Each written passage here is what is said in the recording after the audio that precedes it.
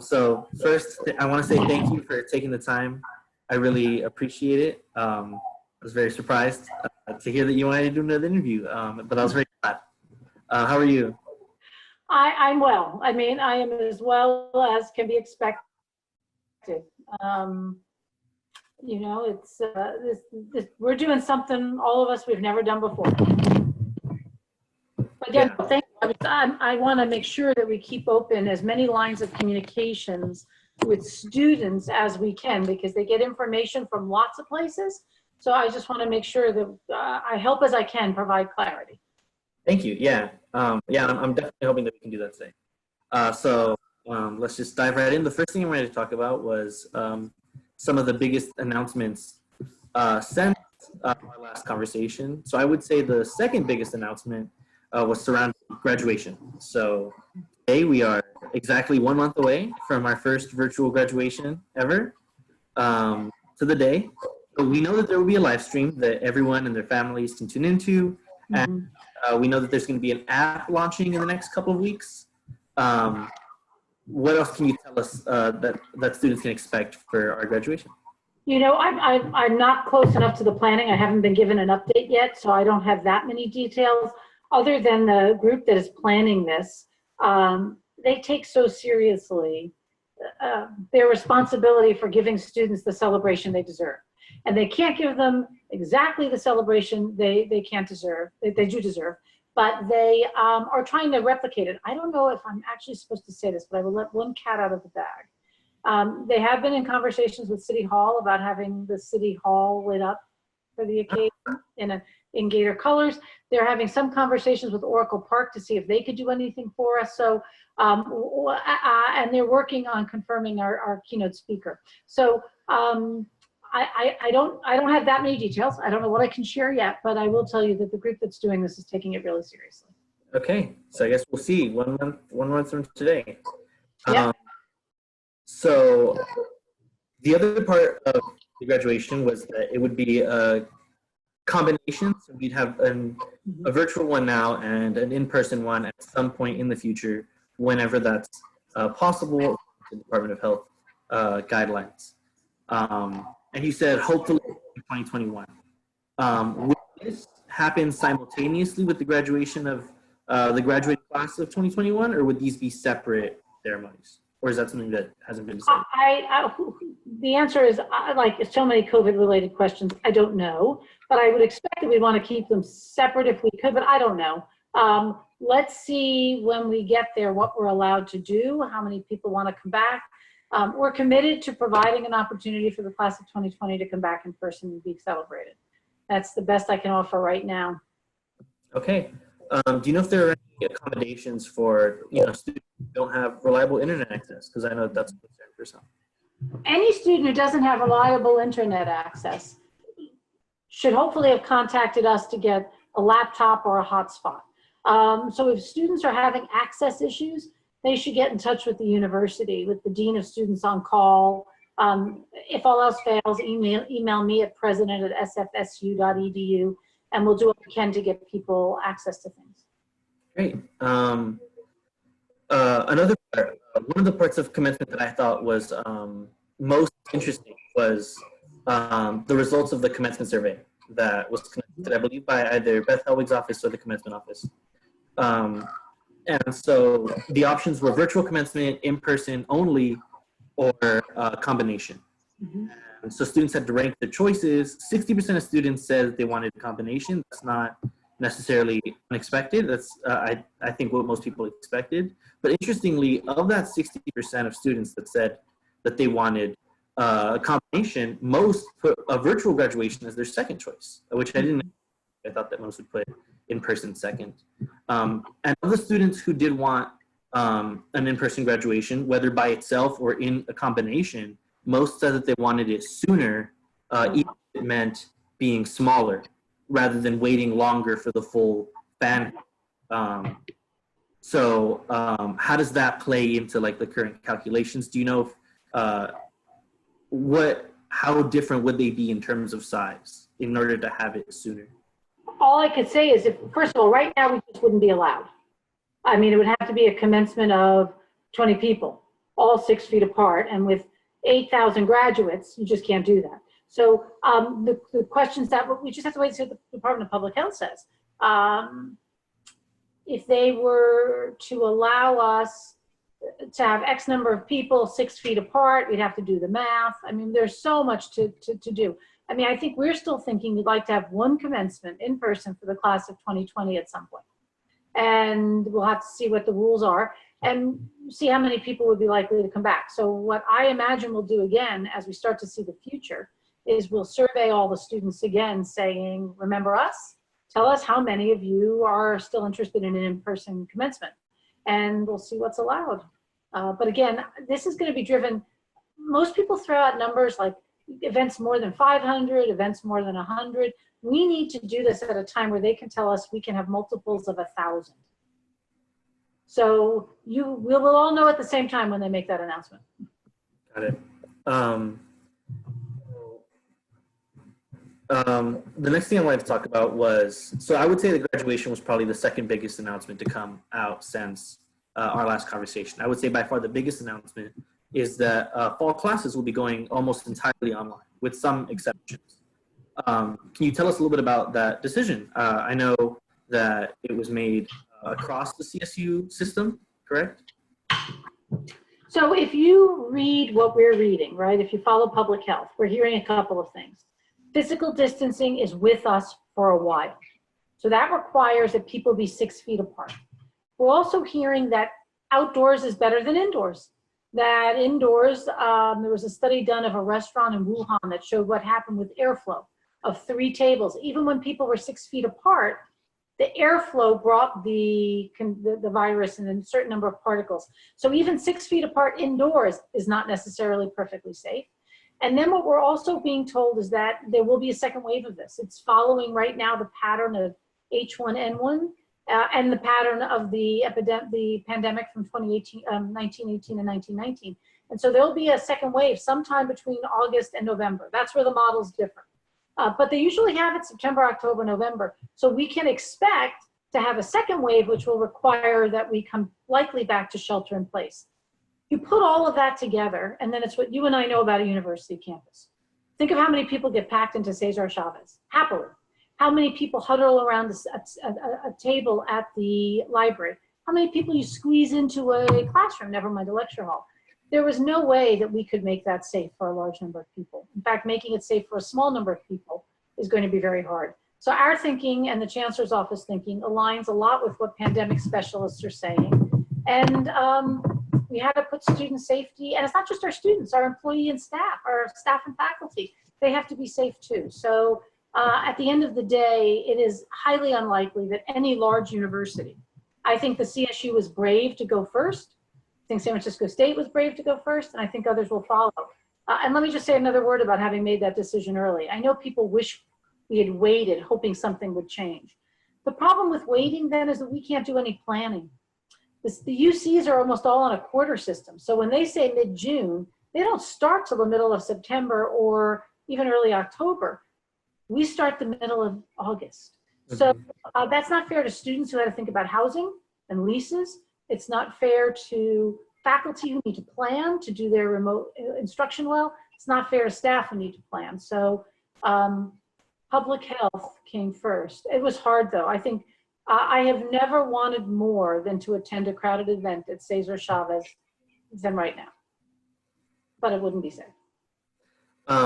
So a part of that announcement, which I think has raised a lot of questions, is the fact that some courses, because of their nature, will be granted exceptions and taught in person. Regarding that, is it one centralized university body that's making this decision, or is it for each college or each department? And if it is per college or department, are there any sort of university guidelines for criteria that must be met in order to qualify? Those are absolutely spectacular questions. So the planning is largely being done, the initial planning, by academic affairs. The faculty, the provost surveyed all faculty and asked them a series of questions about the critical need for face-to-face. So from that, academic affairs, the provost and some members of her senior team will look at that list that was created by faculty and associate deans and colleges and start to narrow it down, because we're not going to be able to offer that many. But here's where planning is different for fall than anything I've ever experienced. The next step will be for folks from facilities, risk management, housing. Those are largely the three. We'll work on that list to say, how many students can we actually accommodate safely and what would it cost? Because now we have to think about the 6 feet apart. We have to think about, do we need plexiglass shields between people? How many face coverings do we need? How many gloves do we need? How does the airflow work, right? Going back to that study from Wuhan. And so now we're going to have to cross the academic planning with the physical reality of public health and come up with a short list. It's very complicated, and it's not like anything any of us have ever done before. So no, it is being done largely by academic affairs. Then it'll get reviewed by another group that will look at it for feasibility, right? Can we do this safely and at what cost? So it's a lot of people planning this. Got it. Yeah, that sounds like a very complicated process. Do you know if, do you know when students might be able to expect to have a list of what courses might be in that, among those exceptions? My hope is mid-June. My hope is mid-June. And students should remember this. If one of your classes is going to be face-to-face and you cannot come to campus, we're going to figure out a way to accommodate you. Again, we're keeping health and safety first and trying to have degree progress at the same time, trying to balance the two things.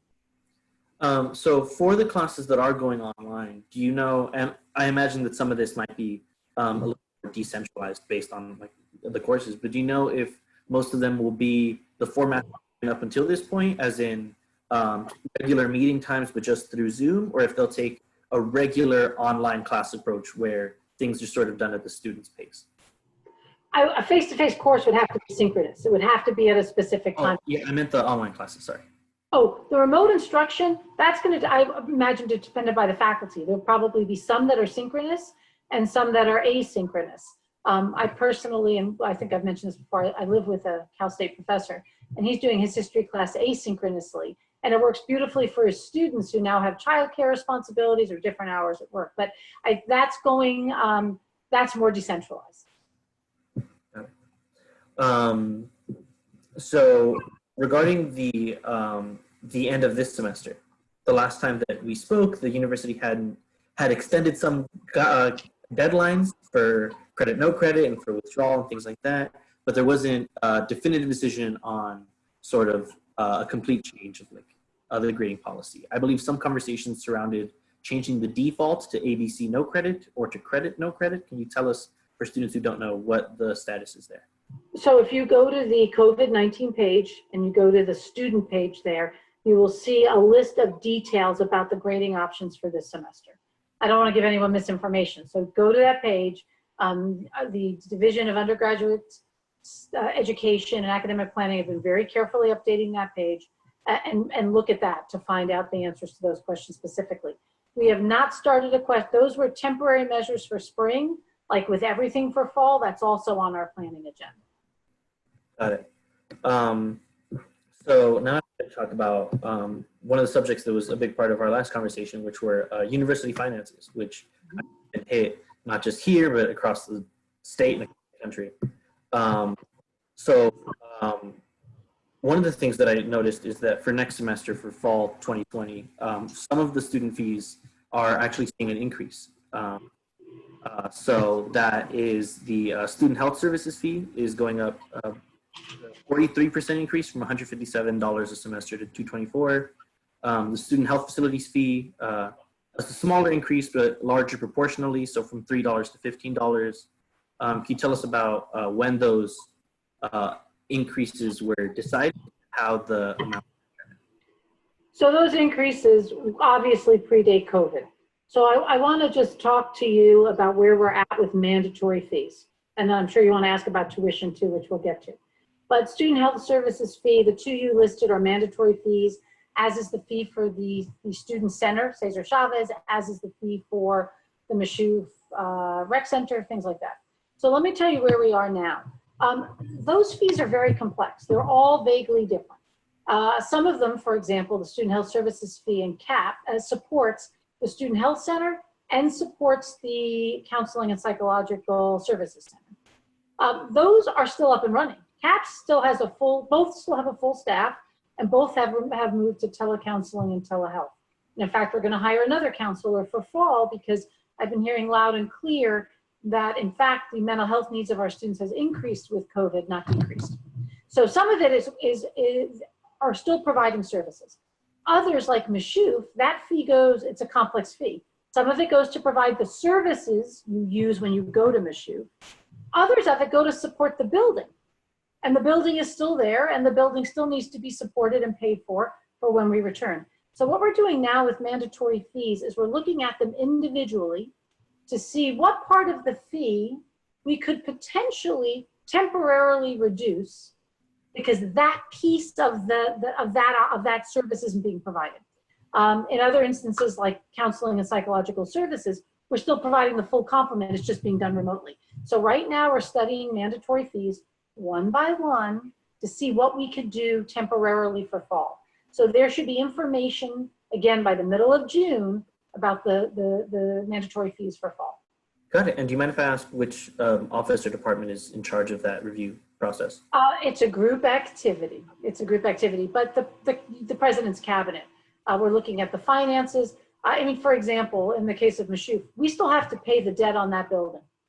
Mm-hmm. The student, you know, so that has to be preserved for when we do return, and we are going to return to face-to-face. That I can promise. I can't promise when, but we will. So that's being done. So student affairs is involved in the review, academic affairs is involved, admin and finance, and we're also going to make sure that we make clearer to students, for the example of CAPS, what we're providing remotely and what we'll provide in the fall, because our services are going to get better in the fall because we can plan a little bit better. So we also have to make sure the students know how to use what they're paying for. Yeah. Okay. And you said that should be decided by mid-June. That's our, that's our plan. Got it. I know everyone wants answers yesterday.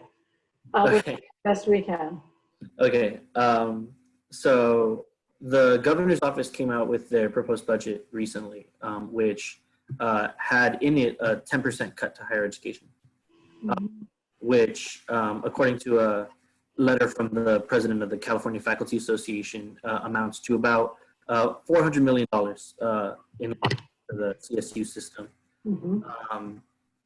Can you tell us a little bit about if that were to happen? In the president's letter, he also mentions that there are possibilities for that to be covered through further coronavirus stimulus packages. But if we were to experience those losses, can you talk a little bit about what that would mean for SF State's campus?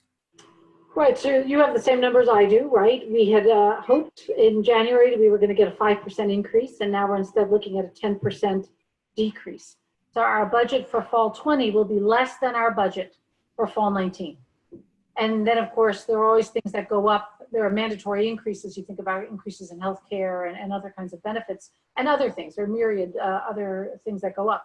So, yeah, we're looking at a budget cut. I don't know that there'll be federal stimulus dollars to cover this for a variety of reasons. Right now, the stimulus dollars that we've gotten, the majority of it has gone to specific things that are COVID related. It went, the CARES funding first part went directly to students. The second part will go to the institution for losses that were covered. This is a recurring this is a cut to our recurring budget. It's not one time. This is a 10%, $398 million cut that will go on. And it's heartbreaking. I understand why the governor's budget looks the way it does, because he's got the lives of millions of Californians to think about. But the CSU, there was a time in the not too distant past, in the last 25 years, where the state funded the majority of public education in the state of California. And that steadily eroded, and it declined precipitously during the Great Recession to where, in fact, the state's contribution was less than half of the cost of a student's education. This past year, for the first time, we had crossed the line, and we were back to having the state pay for a little more than half. And now we're going to go back down the other way. But these are recurring general funds. I keep hoping for federal stimulus dollars, to help our students. I wish to gosh it could help our undocumented students and other students who are excluded from the CARES funding. But these are recurring cuts that we're going to have to look at adjusting our budget to meet. Got it. And I think something that kind of gets sort of lost in these conversations is the fact that, and it's like an eternity ago, it's kind of hard to say, but this is your first year here at SF State still. And I'm be saying a hell of a first year out of the university. Yeah, so can you talk a little bit about what it's been like, coming in to this university and then facing in your second semester here? Because a lot of these conversations, like you were talking about the funding only recently did it increase past 50% from the state. Can you talk about what it's been like coming in when a lot of these conversations surround the university's actions? So let me say a couple things. The first is what we're doing is unimaginable. Last summer before I started my job, or actually right after, I did a professional development program on becoming a new president, right? And let me tell you, nowhere ever in any of the conversations did this exist. So yeah, some of this stuff like moving instruction remote, improving how we do it remotely, providing student services and student life and activities remotely, that's new, but I'm confident my group of people and our university can do it. But let me tell you what's not new. I arrived in the CSU in 2008 at Cal State Long Beach just as the Great Recession started. And I watched a university absorb some of the biggest state cuts it ever had absorbed, and students still thrived. Because what that university did was it prioritized. It put its students first, instruction and the support students needed to get to their degrees. And everything else had to wait. And so I'm pretty confident. So I have watched a university survive these things before. It's not easy. And there are things that have to get postponed that nobody wants to postpone, but we just have to do it. And the good news is that I have had experience watching participating in the leadership of a large university that underwent something like this and thrived at the end. And I think that's the message that Chancellor White's been given before. The CSU has had this happen before, and it emerged from that with the highest graduation rates in the history of the system. So it's going to be hard. It's going to be challenging. There are things that are going to get postponed, and there may be some things that get cut, but we're going to put our students first. And eventually we're going to get back face to face. Eventually, yeah. So one of the other things I've heard as a subject of concern for the next semester going forward is potential drops in enrollment. Different speculations and figures in terms of how severe that drop would be. Can you tell me a bit about what you expect that to be, if any, and what that could mean for the university? So the answer is I have no idea, but I will say this. I have been speaking loud and often and anywhere about why students should not take a pause in their careers or their academic careers right now. There's a lot of talk in the media about gap years, kids out of high school taking a year off. Gap years are a luxury of the affluent. People have traditionally used that to study abroad, pick up a foreign language, do an internship in DC. It's unlikely in the COVID world that any of those opportunities will exist. I think travel will be curtailed. I think some internships will be curtailed.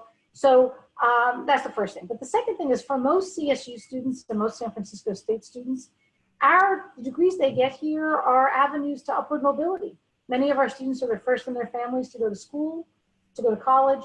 Many of them come from lower socioeconomic backgrounds. And if COVID-19 has taught us nothing, it has shown us that people without college degrees are in the most vulnerable places to bear the brunt of the economic hit of this.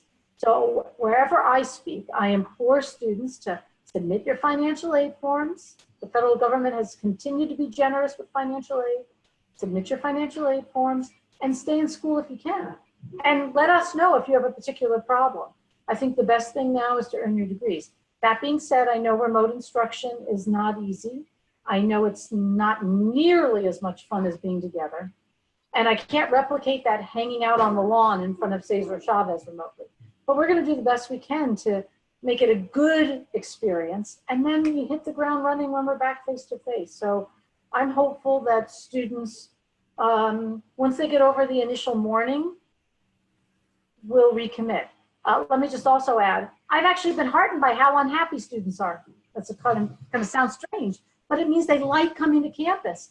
I would be really depressed if students were saying, this is great. We don't ever want to go back to the old way. That would be terrible. I have been really heartened that you actually miss us. We miss you. And, but I really hope students don't take a pause if they don't have to. Some students may have to, but if you don't have to, give this another try. Let's muddle through the semester together again, and don't pause. Yeah, I'm glad you acknowledged the economic reality of a lot of students who are at high school and considering college for the first time. I have also heard conversations about gap years and things like that. Something that has been more prevalent conversations that I've experienced are students talking about going to community colleges over coming here. So I know that that's something that I imagine a lot of students are currently considering very seriously. What would you say to students who are on the fence about that right now? I have tremendous respect for California's community colleges. And I think they're fine institutions and they help a lot of students. But if a student has gotten into San Francisco State or gotten into another four-year CSU, go to the four-year institution. Data repeatedly shows that students who start at a four-year university earn their degrees first.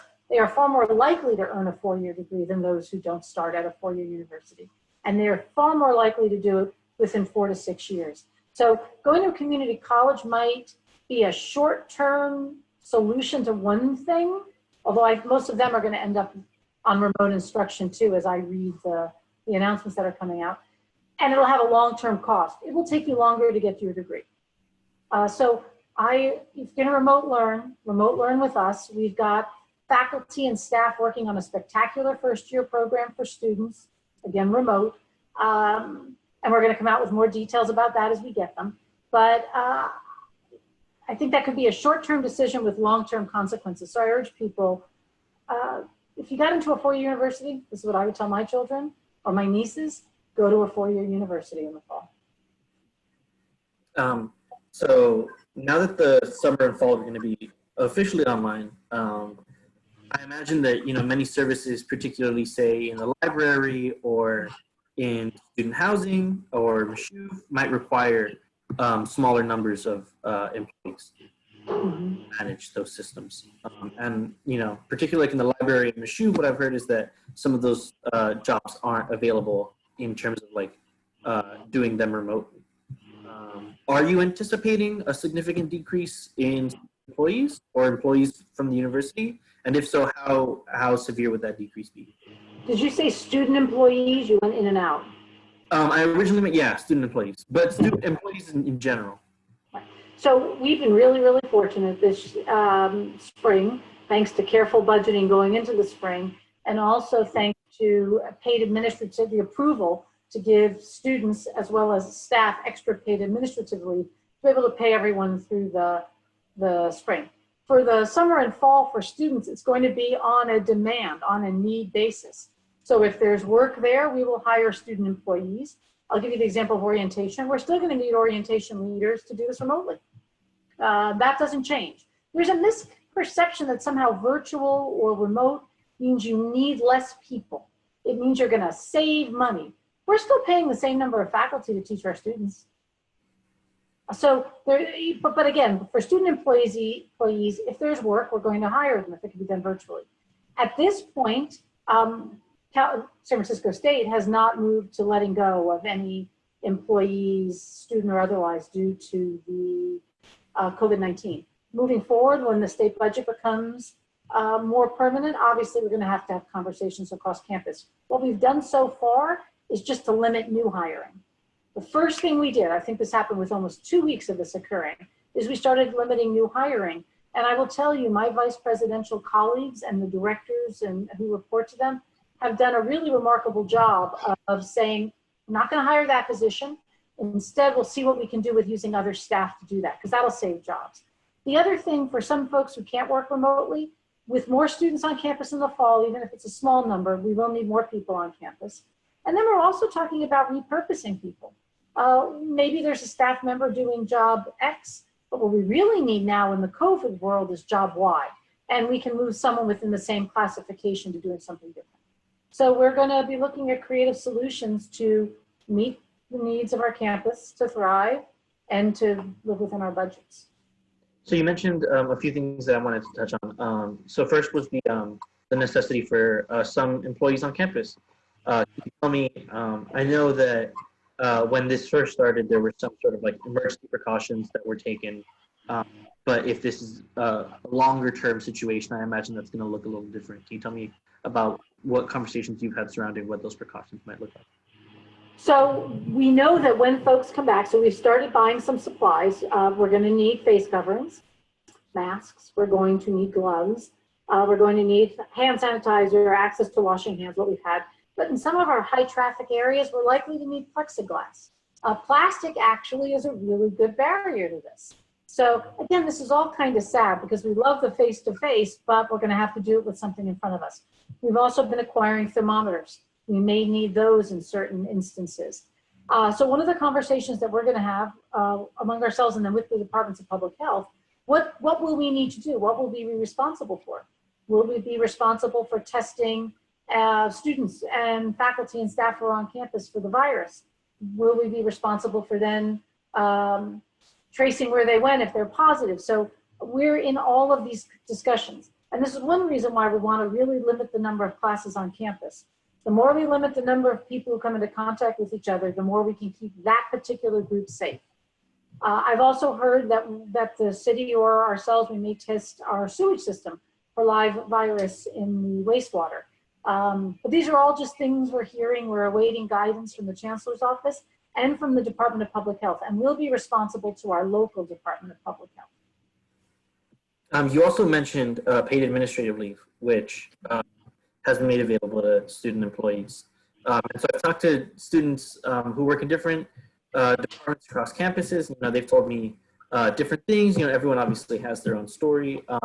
One student I spoke with, they work as a desk assistant for Resident Lynn, and they told me that for the month of April, they were paid a week of their total earnings. So for example, for all the weeks in the month of April, they were only paid for one. I actually hadn't heard about paid administrative leave. I mentioned it to them. It was their first time hearing about it. In an email from Robert Haney, who's the Assistant Director for Residential Conduct, he said that, quote, to receive payment for the month of April or May, you must work a shift in person at the community desk. Do you know if assistants are exempt from paid leave? Do you know if departments on campus are exempt from paid leave? I can't give you any details on residential life, but I'm sure if you reach out to David Rourke, who directs residential life, he could give you more information. Residential life is actually an auxiliary. It is not, the paid administrative leave that the Chancellor's office was talking about was for people on general fund. At some universities, they've actually had to lay off some of their auxiliary workers. We have not to date done that, but the auxiliaries are handling these things differently. But David could, I'm sure, be happy to give you details. Got it. Another student I spoke with who works as a shelving assistant for the library said that they were receiving paid administrative leave, even though they were not allowed to work. Obviously, you can't shelve virtual books. But they said that there was a cap on the number of paid administrative leave hours per month, which capped out at 64, representing a approximately 20% decrease in their monthly wages. That went up. The Chancellor's office kept adding more hours. So I don't know what it ended up being for students, but it ended up being more than 64. Okay.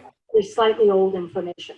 The Chancellor's office kept increasing it. Got it. So now I want to talk about some of the various resources on campus for students that were obviously some sources of a lot of questions. One was housing. So last time we spoke, we were talking about the housing office. The new housing building being constructed across on Holloway. And that was set to open beginning of next semester, beginning of fall 2020. you know what the plans are for student housing next semester? So the first is we had good news. Our housing project was considered essential. So even in the city of San Francisco, which halted construction, that went ahead. So that's going to open as planned. So let me talk about housing. One of the things we're working on is we are committed to housing students who have nowhere else to go, just like we did this spring. We ended up with about 350 students in housing. So we have international students who can't go home, have no place to go.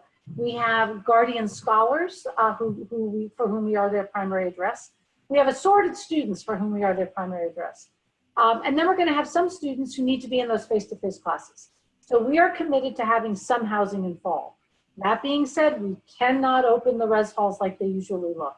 Res halls, for lack of a better expression, can be petri dishes of disease. For anyone who's ever lived in one, you know one person on your floor gets a cold and 60% of you get the cold, right? Because you're sharing bathrooms, you're on top of one another. So right now we're exploring what we can safely have in housing. We know certain things like it would have to be one per room. We can't have two people in a room. We're exploring whether or not it's one bathroom per room and how often we would have to disinfect bathrooms.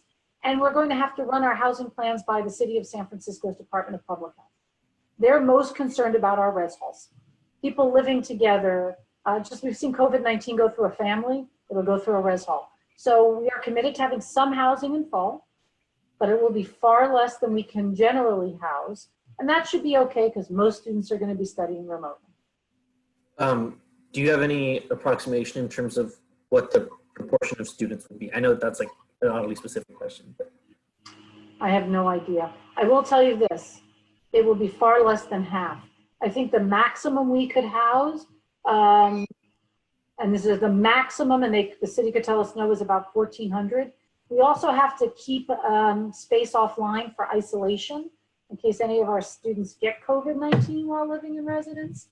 So my guess would be the maximum would be about 1,400, and that's, I don't know, a third of what we normally have. We can follow up with those numbers for you, Juan Carlos. Yeah, okay, thank you. So yeah, I think that when housing reopens, that also presents, its own series of complications and problems, one of which is, the communal dining on campus. So City Eats and Bricks, you talk about like what the conversations are like in terms of what training has to go on there. I'm not sure if you know, but in the before you got here in last spring, there was some concern among students about the sanitation of City Eats. Public health investigation at the time found rat in the building. So yeah, can you talk about that planning? So City Eats was entirely renovated. They opened a new facility and they addressed those public health concerns. They moved to grab and go. So I actually had an opportunity to spend a couple of hours at City Eats, I don't know, about a month ago, saying hi to students and to staff. And they're doing a spectacular job with grab and go. Students, and so it's students, and then the university is paying for lunches for staff who have to be on campus right now because obviously nothing's open. So you have to come in 6 feet apart, you have to have a face covering, and then you grab and you. So they've done a really wonderful job. For example, when I was there, I had on disposable gloves, they gave me a pair. I had on a face covering, and I even for the first time in my entire life wore a hairnet. So they're being really assiduous. But this is something to think about as students agitate to come back. People think that next fall, even for those who are taking face-to-face classes, campus is going to look like what it did last fall. And it is sadly not going to look that way. Students are going to have to stay 6 feet apart. They're not going to be able to eat in City Eats. They're going to have to grab and take it back to their room. So this is why I'm very empathetic to all the mourning that students are doing. This is not what any of us want to do. But City Eats has done a really fine job, and the food looked great. A lot of cities have been, in California and across the country, have been sort of struggling with how to enforce social distancing guidelines. Yeah. Some states have had lots of protests.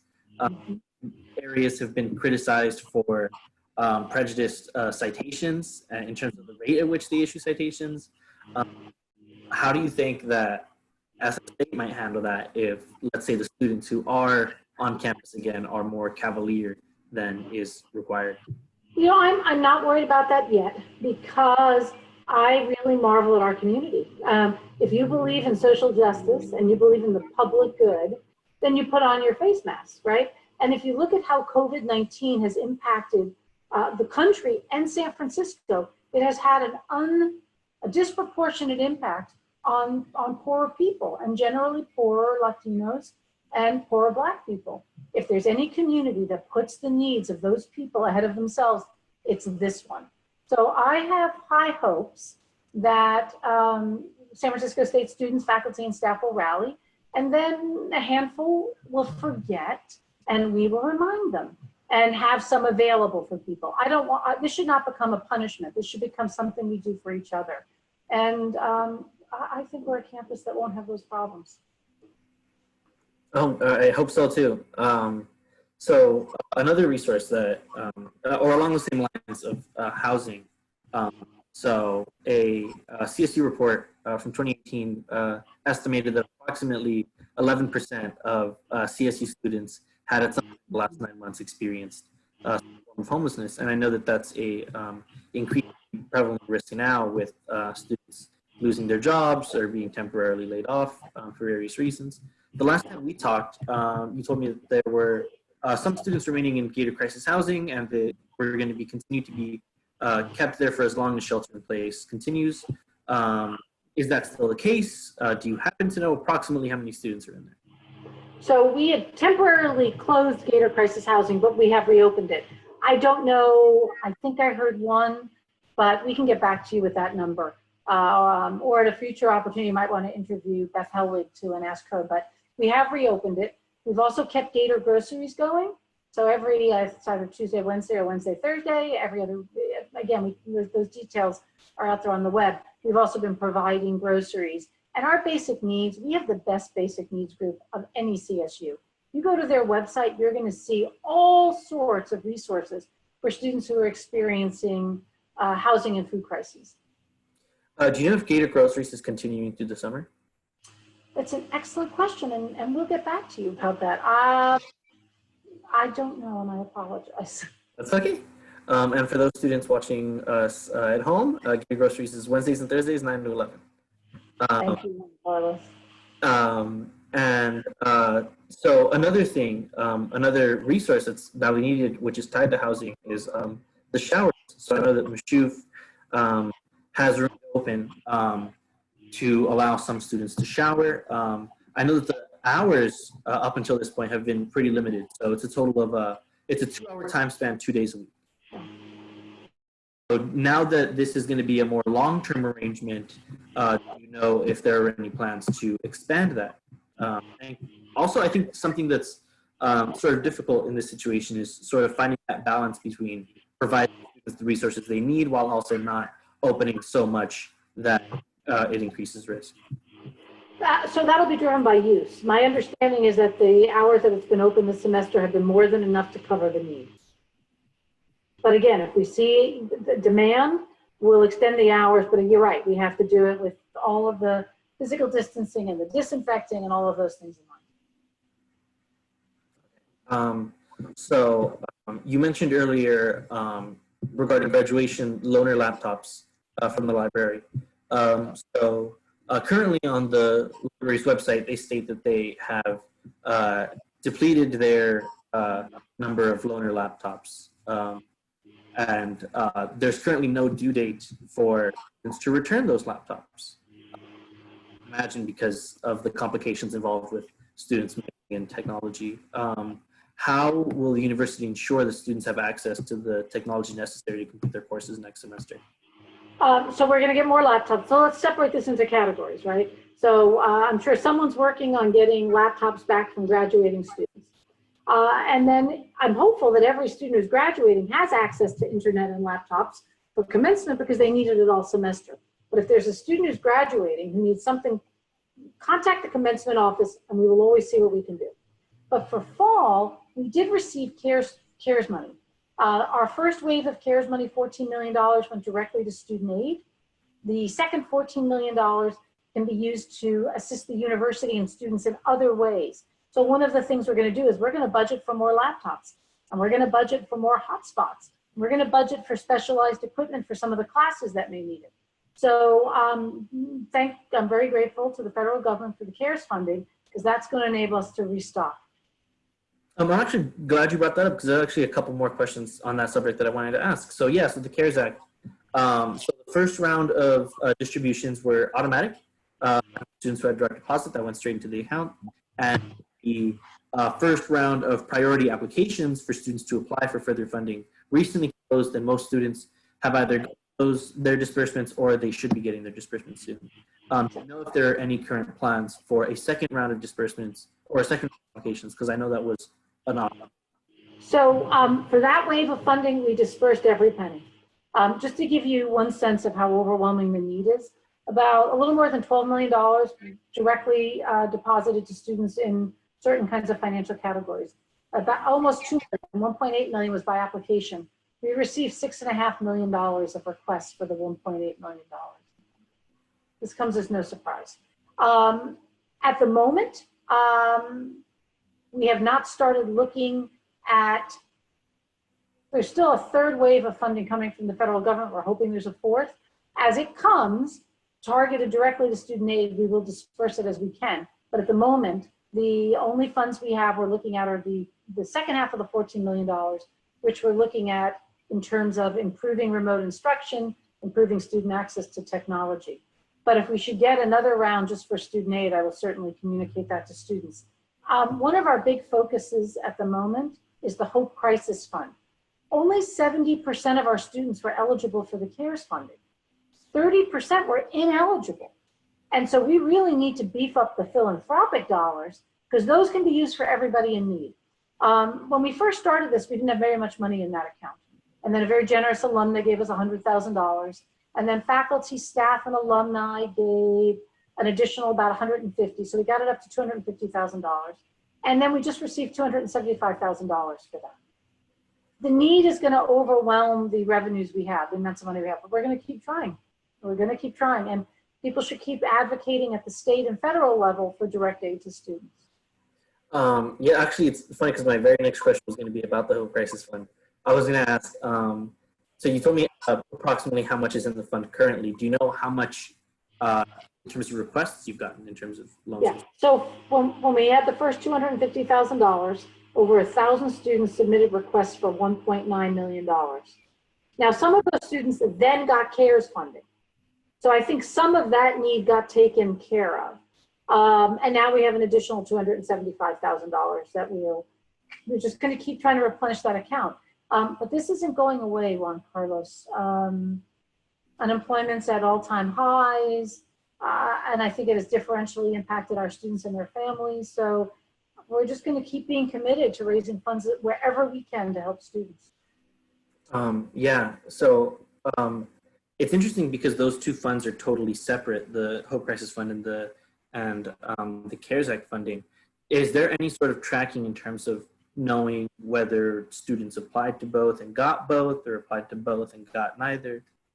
I imagine I don't know that we're tracking it, but the information's certainly there because it went to student accounts by their student ID number.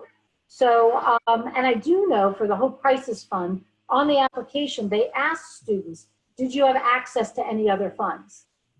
So we're trying to balance something here. We could have a really complicated application process and get money to students in 6 months. And then it might be a perfect process. Or we can have a slightly imperfect process and get money out more quickly. And we have erred on the quicker because people need money now. Yeah, definitely. So going back to the technology and the resources involved there, Zoom has become a basically ubiquitous tool across the country overnight, our campus included, because of the nature of all of this. There have been some voiced concerns about the security and privacy on Zoom. So a few school districts banned the use of Zoom. New York City was the most notable, though they ended up reversing that decision. In March, in an academic senate meeting, Gene Shelberg, our assistant vice president of student affairs, said that Zoom and iLearn were not compliant with HIPAA and would not be in the near future. So does the university currently have any concerns about the continued viability of Zoom? You know, we remain vigilant and concerned, but committed to using it. So we have things that the public school system didn't have, right? So there are certain kinds of protections that we have. And a lot of the Zooming occurs when there's open access. So I recently participated in a that could potentially have presented an opportunity for, what is it called, Zoom bombing? Yeah. The only way you could participate was by permission of the instructor. So there are ways that we can control this that I think people doing broad open things can't. But no, we remain vigilant. We have a really spectacular IT unit with a very talented AVP, and security is a big issue. So what I just keep urging faculty and students, if you see a problem, let us know. On the same sort of vein of internet security, the CSU Audit and Advisory Services Office did an audit of our information security. Because of the nature of the information, the report wasn't immediately available. I was wondering if there's anything you could tell us about the contents of the report. Off the top of my head, no, sorry. All I can say is that, again, we have one of the most talented AVPs, and he has built an amazing team. And you'll notice on Outlook, in the upper right-hand corner, there's a button you can report phishing. And apparently our university has gotten very suspicious and very good, so we're reporting phishing a lot. So I have tremendous confidence in our people. But having said that, the bad people stay one step ahead of the good people here, right? Let us know if there's something, if you have a security concern. Our IT services will want to fix that as best they can. Yes, you brought up phishing. I imagine that internet security in general is going to become a bigger concern now that everything is being conducted online. And I know that phishing has been sort of a consistent problem for the university. The university's ITS department has actually conducted several sort of checks where they send out fake phishing emails to university employees to see whether or not they click on them. And 2017, that number's gone down. It was previously at 27%. In the last check in this past January, it was at 11%. Is training being had for faculty in terms of like increasing internet security now that that's like such a prevalent issue? I got a weird looking one last week that looked almost real. And I forwarded it to the AVP for IT and said, is this real? And he goes, good job, it was phishing. So I think but you know, they're tricky. I mean, not the IT people, the other side of the fishers. So, but yeah, I think we are all getting better at it. Now, since I mentioned the Audit and Advisory Services Office, there's one other thing I wanted to ask you about, which is a little more recent. So during our last conversation, you expressed relief that we had seemingly avoided an outbreak here on campus, which obviously would have presented a massive emergency. In January of this year, the same CSU Audit Department assessed our emergency response plan and said that, quote, overall, we found that the campus was not effectively administering many of the required components for its emergency management program. For most of those updates was set for June 9th, which is 3 weeks from tomorrow. The most recent meeting of the audit committee was May 12th, I believe. And according to their report, which was last updated the last day of April, none of those current recommendations that the auditors recommended have been implemented. Can you tell me about the progress in implementing those recommendations? So we have a director of the EOC who's been working on those. And I think you can imagine from about the third week in February through March, he was a little busy actually handling an emergency. And again, I'm going to have lots of praise for our EOC. Whatever our weaknesses were in that audit, we got people off campus and safe quickly and pretty darn well. Anyway, so his attention right now has returned. So we are coming up with a plan to address the weaknesses because meeting emergencies is critical. So we're working on that now. Yeah. So in that same report, the auditors. Can I interrupt for 1 second? I Yes. have a meeting in 30 seconds. It's okay. I have a wrap-up question, and then let's schedule another one. I am happy to talk to you once a month, whatever. But do you have maybe a wrap-up question for me? Yeah, just like a message for students now that they know that fall's going to be online. You know, obviously there's like a lot of mixed emotions. Yeah, I know this is really hard. This is really hard in so many ways. I know it is not as good or as satisfying or as fun as face-to-face. But I urge you to work with us to make it as good as it can be so that students continue to make degree progress. And then we'll resume face-to-face. We'll be absolutely ecstatic to be back together. We won't complain about campus food or anything. We'll be so happy. But in the meantime, stick with school and let us know how we can help. I'm really grateful to the thousands of students who responded to the survey we sent out last week, because with your feedback, we can do this better. So stick with us, make degree progress, and stay well. Those are my basic messages. Thank you, President Mahoney, for taking the time. And Juan Carlos, let's do this again soon, and I apologize for having to run. That's okay. Have a good one. Bye. Bye.